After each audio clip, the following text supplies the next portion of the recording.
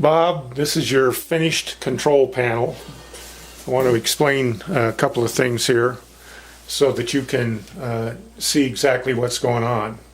I have on each one of the individual bit switches that you see here, next to the track output connections, there is a little LED that is lit when the bit switch is sending a signal to allow the trains to move, and the LED turns off when it's in the brake mode. It's sending a brake command or DC current going out.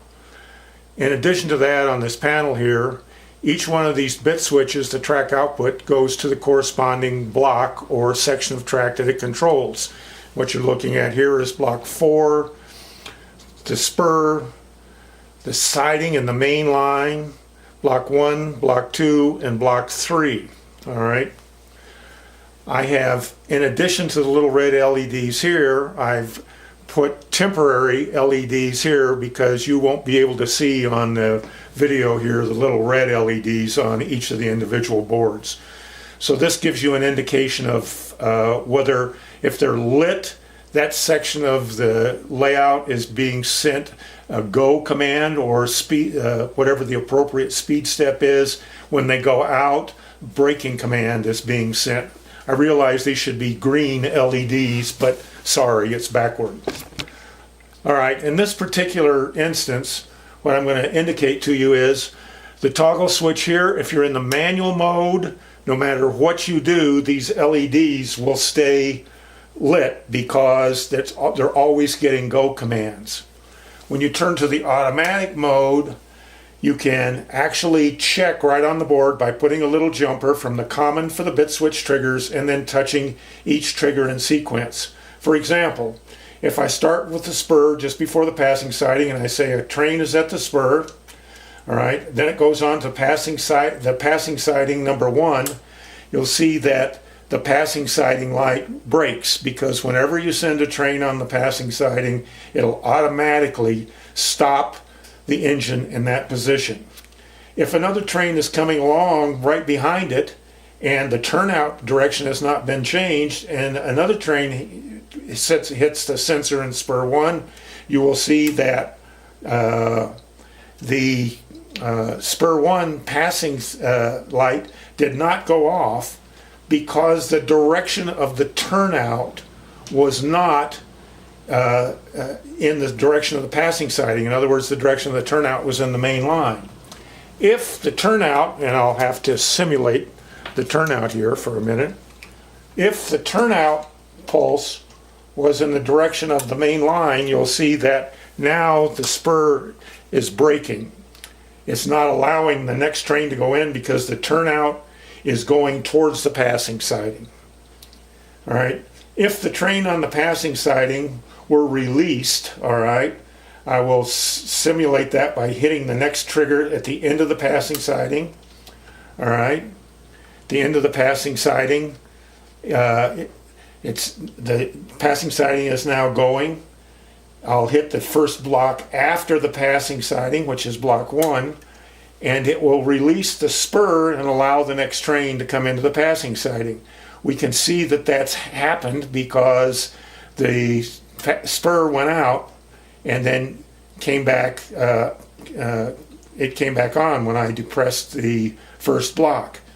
By the way, the first block, you've got a timer on it. The reason that the block went out for a short period of time, approximately 12-15 seconds, was because the timer went into effect. So for example, if I just touch that block again, block 1 says it's braking, but it's not braking because there's anything in the way. It's braking for about a count of 12 to 15 seconds, and then it'll come back on when the timer is up. You will notice that on these are the timing boards here. This is the timing board for block 1. If I depress block 1, watch the red indicator here. All right, when I touch block 1, the red indicator comes on, says braking is being activated, and block 1 also the light went off because block 1 is now braking. What I'm trying to demonstrate to you here, and we'll talk about it more on the phone after you get the panel, but you can actually set up your own little test And the first thing that you want to do if you're having trouble with the layout is determine whether the problem is coming from the control panel or coming from the layout. The best way to find out is by disconnecting the track connections to the layout track and see if the bit switches themselves are working correctly. The way you do it, as I've already indicated, is by hooking up a jumper wire from one of the commons, multiple commons here, for the track sensors, and then simulating trains moving through the layout. So for example, if I just have a train going from spur 1 to passing siding 3, which is the main line, passing siding 4, then block 1, block 2, block 3, block 4, back to the spur again. The only thing that's turned off for a minute is the 2 timers on block 1 and block 3. You noticed it came on after 12 seconds. The next one came on after about 12 or 13 seconds. So if I'm just running one train around on the main line and I never go to the passing siding, the only lights that'll ever go off, I'll start again, spur 1, passing siding 3, passing siding 4, which is the main line, block 1, the light will go out for 12 seconds, stop the train, but it'll release it. After 12 seconds, the light comes back on. It'll go to block 2. Block 3, the light will go off again for 12 seconds. All right. As soon as it goes back on, the train will move to block 4. I'll wait for the light to come back on.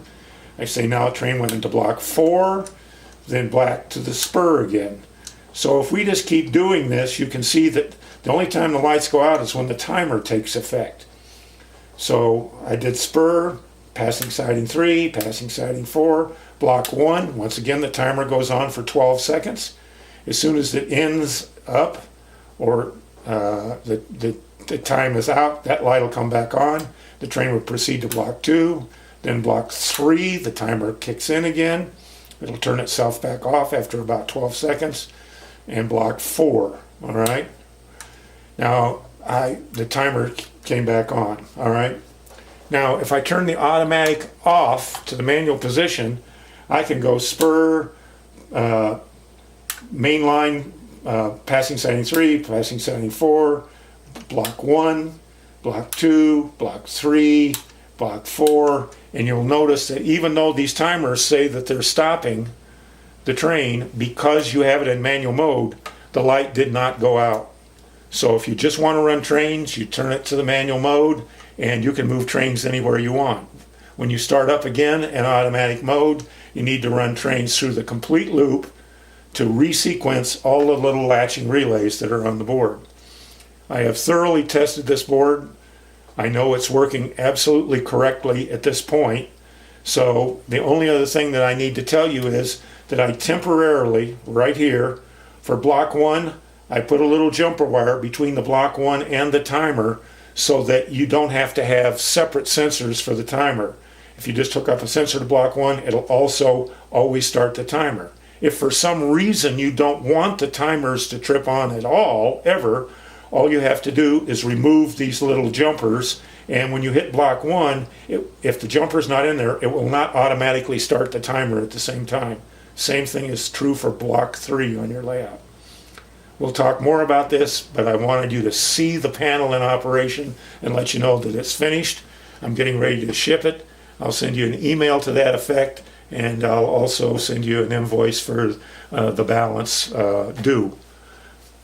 I hope you have a lot of fun with this, and remember, I'll give you telephone support on this or talk you through it after you get it and any time in the future.